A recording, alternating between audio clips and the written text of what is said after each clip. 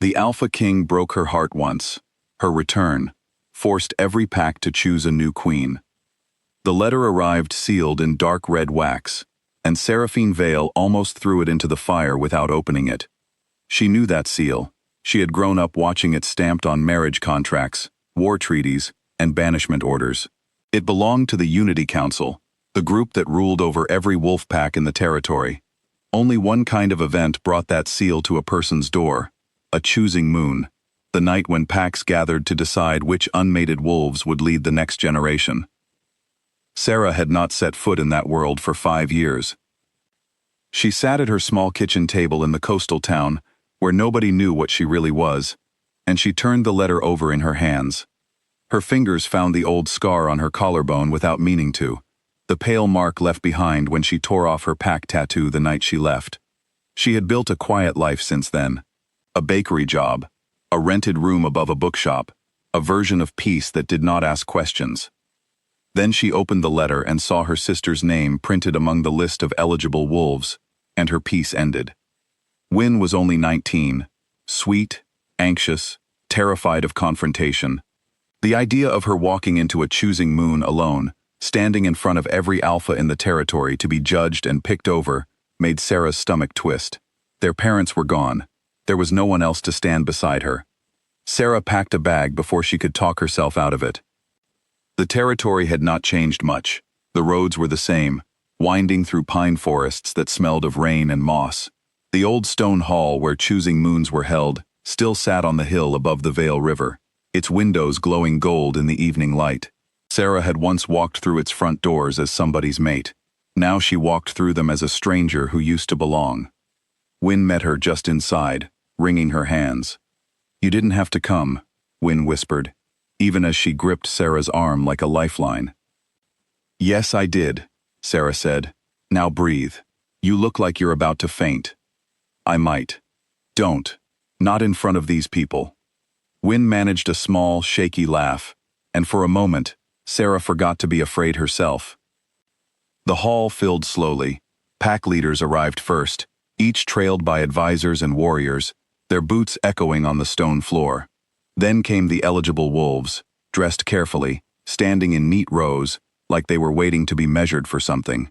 Sera guided Wynn to a bench near the back, away from attention, and told herself she only needed to survive one evening. She noticed the empty chair at the front of the hall before anyone announced why it mattered. It was carved from dark wood, taller than the others, set apart on a raised platform.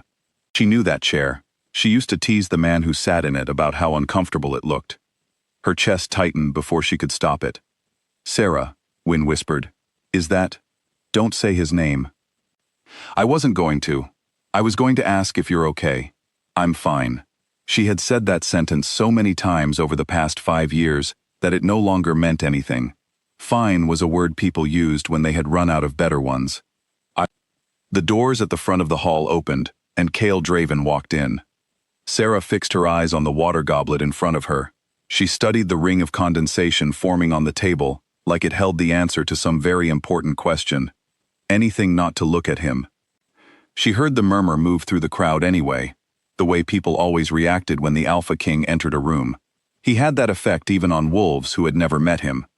He looked different, not older exactly, though 5 years had passed. Thinner around the jaw, something tired behind his eyes that had not been there before. He wore the responsibility of his position, the way some people wear a coat 2 sizes too heavy, shoulders always slightly bent from the weight of it. He had not seen her yet. She still had time to disappear into the crowd, to become nobody again. Then his gaze swept the room the way a leader's gaze does, checking, counting, watching for trouble. It stopped on her. The whole hall seemed to hold its breath at the same time she did. 5 years of careful distance collapsed in the space of one look. She felt it in her chest first, a sharp pull, like something inside her recognized him before her mind caught up. Then came the anger, arriving right on schedule, familiar and almost comforting in how quickly it answered her call. She reached for it, the way other people reach for a coat in the cold. It steadied her. Kael did not look away. He also did not approach her, not yet, though something shifted in his posture, like a man recalculating every plan he had walked in with. The ceremony began before either of them could do anything about it. The elders explained the rules, the same rules that had governed choosing moons for generations. Each pack leader would select a mate from among the eligible wolves present, guided by scent, by instinct, by whatever ancient sense wolves trusted more than words. Once chosen, the bond would be sealed that same night under the full moon. Sera watched Wynn's hands shake in her lap and reached over to hold one of them still. "You don't have to accept anyone tonight," Sera murmured. "You can decline. It's allowed. Everyone will stare. Let them. Staring never hurt anyone." One by one, alphas stepped forward to inspect the rows of eligible wolves. Some choices were quick, almost businesslike. Others took longer, hesitant, searching.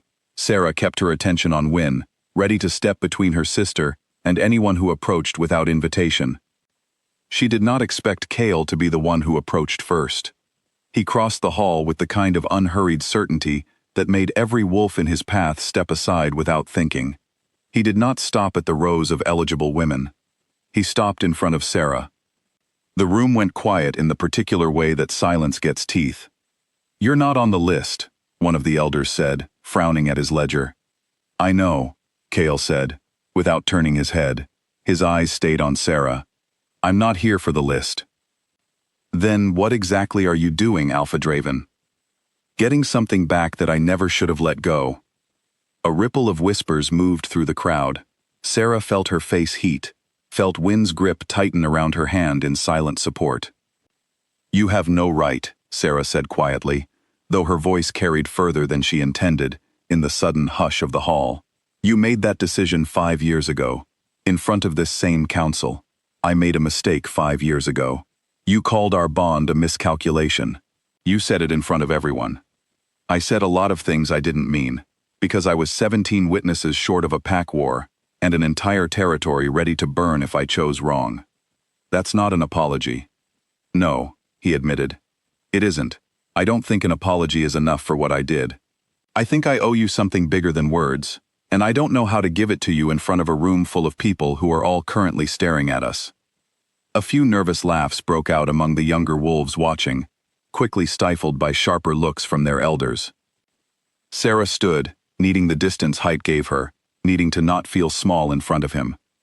"You don't get to do this," she said. "Not here. Not like this." "Then tell me where. Tell me when. I'll go anywhere." She looked at him for a long moment, searching his face for the version of him that used to make careless promises he never kept. She didn't find it. What she found instead looked like exhaustion, like regret that had been sitting untouched for 5 years, slowly rotting into something heavier than guilt. "The east balcony," she said finally. "After the ceremony ends, not before." He nodded once and stepped back into the crowd like a man who had just been given more mercy than he expected. The rest of the choosing continued around them, though Sera barely registered it. Wynn, to everyone's quiet relief, was approached by a young alpha from the northern packs, a soft-spoken man who asked polite questions and did not rush her answers. Sera watched her sister's shoulders slowly relax throughout the conversation, and something in her own chest loosened as well. When the ceremony finally ended and the hall began to empty, Sera made her way to the east balcony alone. She remembered this balcony too well, stone railing worn smooth by years of hands resting against it. A view of the river below, silver under moonlight. This used to be their place before it became just his. Kael was already there when she arrived, standing with his back to the door, staring down at the water. "I used to imagine this conversation 100 different ways," he said without turning around. "None of them started with you looking like you wanted to throw something at me. I still might. Fair." She stepped up beside him, keeping careful distance between them. "Why did you really do it?" she asked. 5 years ago. The real reason, not the political one." He was quiet for a moment, watching the river. "The council had proof of a rival pack building forces against us," he said. "They said the only way to avoid war was to prove our pack had no weak points they could exploit. A mated alpha king, in their eyes, meant a king with something to lose, something to threaten. They convinced me that ending our bond publicly would remove that leverage. So you sacrificed us to save your throne." "I sacrificed us because I believed it would save lives." I was wrong about a lot of things that year, but I was never wrong about how much it cost me. You didn't even say goodbye. I know. You let me walk out that door thinking I meant nothing to you. I know, he said again, quieter this time. I've had 5 years to sit with exactly how much damage that caused. I don't have an excuse good enough to erase it. I only have the truth, which is that ending things the way I did was the worst decision I have ever made, and I have made it worse every day since, by not finding you and telling you that. Sera looked out at the water instead of at him, needing somewhere else to put her eyes. I built a whole life without any of this, she said. Without wolves, without packs, without you. I know that too. I'm not asking you to give any of it up. Then what are you asking? I don't know yet, he admitted. I only know that the moment I saw you across that hall, 5 years of telling myself I was fine, collapsed in about 2 seconds. I'm not asking you to forgive me tonight. I'm asking for the chance to earn something back, slowly, on whatever terms you're willing to set. Sera thought about the water goblet from earlier, about how she had studied that condensation ring, like it might tell her what to do next. It hadn't. Nothing outside herself was going to make this decision for her. She held out her hand, palm up, the old scar on her wrist catching the moonlight.